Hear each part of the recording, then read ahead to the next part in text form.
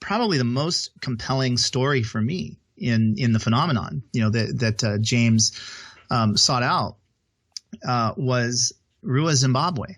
Rua, Zimbabwe, 1994.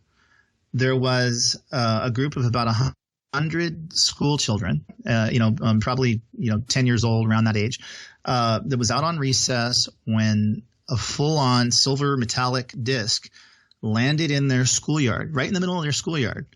Little beings got out and interacted with them for about 45 minutes until the bell rang. And then they got back on a ship, took off, and all of these kids went running back inside, yelling about how they saw a flying saucer and these little beings.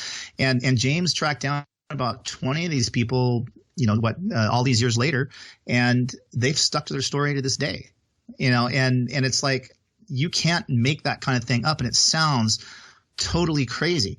In fact, there were landings in other schoolyards. There's been a history of these craft, whatever you want to call them, land in Los Angeles, in England, in Australia, but never to the point where these beings got out and actually interacted with these kids. And that to me it shook me. That's it really shook me. And the thing that really shook me the most is that there was a telepathic communication back and forth with these kids. And a lot of them came out of the experience saying that they had gotten messages. And John Mack, who was the head of psychology for Harvard, went there and interviewed all these kids, and he had a real interest in sort of the experiencers and sort of under hypnosis, a lot of things that they would say. And he didn't hypnotize these kids, but because that can be very questionable actually. And there's a lot of sort of understanding that you can sort of misremember things through hypnosis, that the person guiding you could be leading you. These kids weren't hypnotized, and they all came back to John Mack with the same story, which is that they I'll put it like, there's one little girl in the movie, and the line just like gave me the chills the first time I heard it. She said, I had all of these images in my head of the forest burning, and there wasn't enough air to breathe, and all the people were dying. And they said, you've done this and you need to do something about it. Basically, I'm paraphrasing. And that shook me, because at the same time I was seeing that, I'm watching Australia burn, I'm watching the Amazon burn, I'm watching California burn, and I'm going, holy crap, that was like back in 1994. And back then it sounded really crazy. And yet all of these kids were saying the same thing. And that shook me.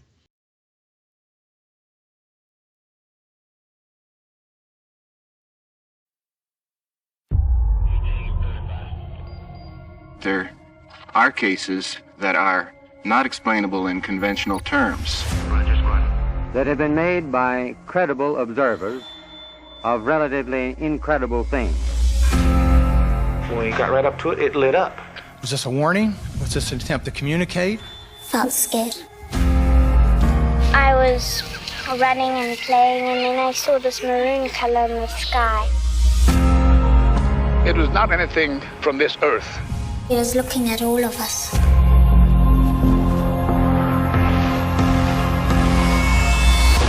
Maybe they're trying to communicate. They were reaching out to us. There is an immense array of unanswered questions and an urgent need to get to the bottom of it. The public has a right to know. My gosh, look at this thing. The question is no longer if they are here, but why. What are they doing? What do they want from us? What are their motivations? For over 75 years, there have been sightings in the sky. The UFO shut down several missile silos in Montana. Thousands of witnesses worldwide. It had to be a data collection. I'm sure they scanned the warhead. Just kind of hovering there. It never changed its longitudinal axis. And then it goes poof, and it takes off the side. And high-level cover-ups. The government was covering up what happened at Roswell. Hiding these dark secrets. I was told there wasn't anything there when I knew there was. People need to know there is something else out there. Yes, there had been visitation, crashed craft, material recovered. shouldn't we be spending some money to study all these phenomena?